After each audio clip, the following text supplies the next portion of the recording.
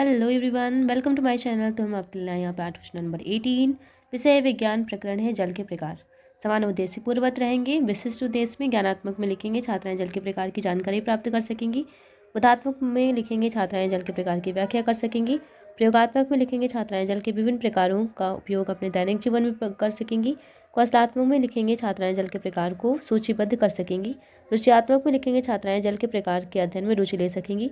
सहायक सामग्री यहाँ पे कक्षा उपयोगी सामग्री है। पूर्व ज्ञान छात्राएं जल के बारे में समान जानकारी रखती हैं। पाठ संगठन पाठन प्रविधि लिखेंगे। फिर आता है हमारा प्रस्तावना। प्रस्तावना में लिखेंगे पहला प्रश्न बच्चों से पूछेंगे हम, जीवित रहने के लिए हमें किसकी आवश्यकता होती है। तो बच्चे बताएंगे भोजन, पानी, हवा। और नेक्स्ट क्वेश्चन पूछेंगे पानी का रासायनिक सूत्र बताइए। बच्चे बताएंगे H2O।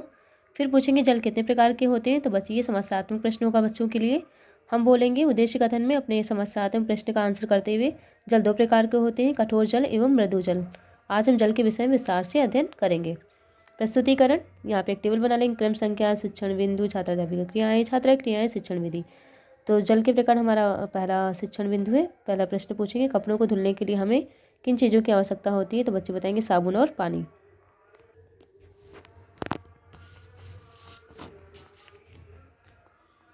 पूरा लिखेंगे, जल के प्रकार बताएंगे।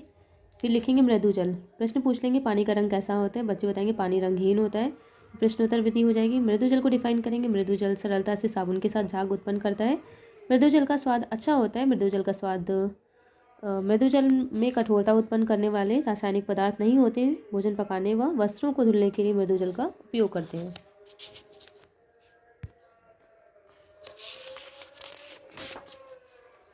मृदु जल के उदाहरण लिखेंगे आसुत जल, वर्षा का जल। फिर कठोर जल के बारे में बताएंगे शुद्ध जल का पीएच मान कितना होता है। ये बच्चों से प्रश्न पूछ लेंगे। बच्चे बताएंगे पीएच 7 होता है। प्रश्नोत्तर विधि होगी। पूछेंगे कठोर जल, यहाँ बताएंगे कठोर जल साबुन के साथ कठिनाई से वह कम झाग देता है। कठोर जल पीने में खारा होता है। विभिन्न लवणों के घुलने के कारण जल भारी होता है। कठोर जल सुपाच्य नहीं होता है। भोजन पकाने व वस्त्रों की धुलाई के लिए यह जल अधिक प्रयोग नहीं होता। जल की कठोरता कैल्शियम एवं मैग्नीशियम के धुलित लवण के कारण होती है। उदाहरण बता देंगे और फिर लिखेंगे कठोरता के प्रकार। समुद्र का पानी कैसा होता है। बच्चों से प्रश्न पूछ लेंगे। बच्चे बताएंगे खारा होता है। ये प्रश्नोत्तर विधि हो जाएगी। फिर यहाँ पे बताएंगे कठोरता दो प्रकार की होती है, अस्थायी कठोरता और स्थायी कठोरता।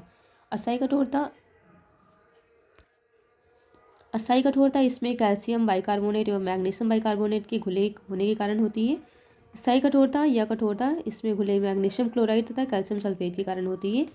फिर बोध प्रश्न पूछ लेंगे जल कितने प्रकार का होता है। मृदु जल को उदाहरण से समझाइए। कठोर जल को उदाहरण से समझाइए। जल की कठोरता कितने प्रकार की होती है। फिर आता है सैमपट सारांश और पुनरावृत्ति प्रश्न। तो सैमपट सारांश में हम पूछेंगे क्या मतलब पूरा एक टेबल बना लेंगे। ठीक है, जल के प्रकार बताएंगे और दो प्रकार का होता है मृदु जल, कठोर जल।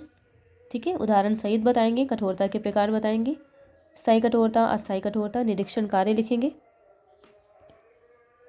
फिर पुनरावृत्ति प्रश्न, बच्चों से प्रश्न पूछ लेंगे, रिक्त स्थान की पूर्ति पूछ लेंगे और गृह कार्य देकर पाठ्य योजना को समाप्त करेंगे। गृह कार्य में दिया है मृदु जल एवं कठोर जल में अंतर लिखिए।